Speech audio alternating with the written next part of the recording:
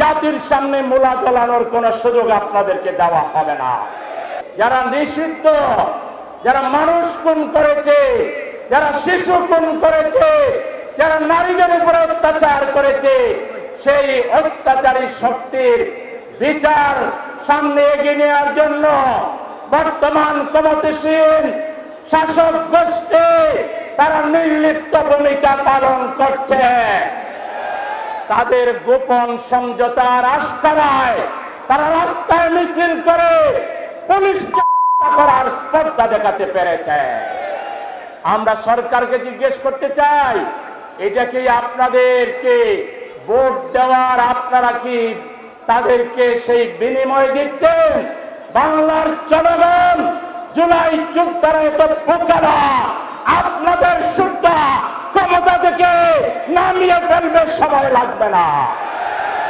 আপনারা আপনাদের গোয়েন্দা কোথায়? গোয়েন্দা সংস্থাগুলো কি করছে? ওরা কোথায় জড়ো হয়, কোথায় বসে পরামর্শ করে, টেলিভিশন মিডিয়া এসে তারা টক শোতে অংশ নেয়, আপনারা তাদেরকে দেখেন না। জনগণ যদি আপনাদের উপরে পুরোপুরি আস্থা হারিয়ে ফেলে, তাহলে ওই ফ্যাসিস্টদেরকে বিদায় দিতে 36 দিন লেগেছে, অনেকে বলে আপনাদেরকে 6 দিনও সময় লাগবে না।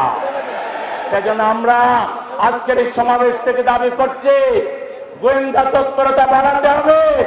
সরকারকে ওই কোন গুম এবং নরহত্যার, নারী হত্যার, খুনিদের প্রত্যেকটা প্রাণ যারা হত্যা করেছে তাদেরকে বিচারের মুখোমুখি করতে হবে এবং অনতিবিলম্বে পার্লামেন্টে জুলাই সনদ যেভাবে বাস্তবায়ন করার কথা, দাড়ি কমিশন সংশোধনের নামে সংস্কারকে নিয়ে জাতির সামনে মূলা জ্বালানোর কোন সুযোগ আপনাদেরকে দেওয়া হবে না। জুলাই অক্ষরে অক্ষরে মানতে হবে। জুলাই নিয়ে তামাশা করলে পরিণতি খারাপ হবে। এদেশের জনগণ এটা মোটেই ক্ষমা করবে না।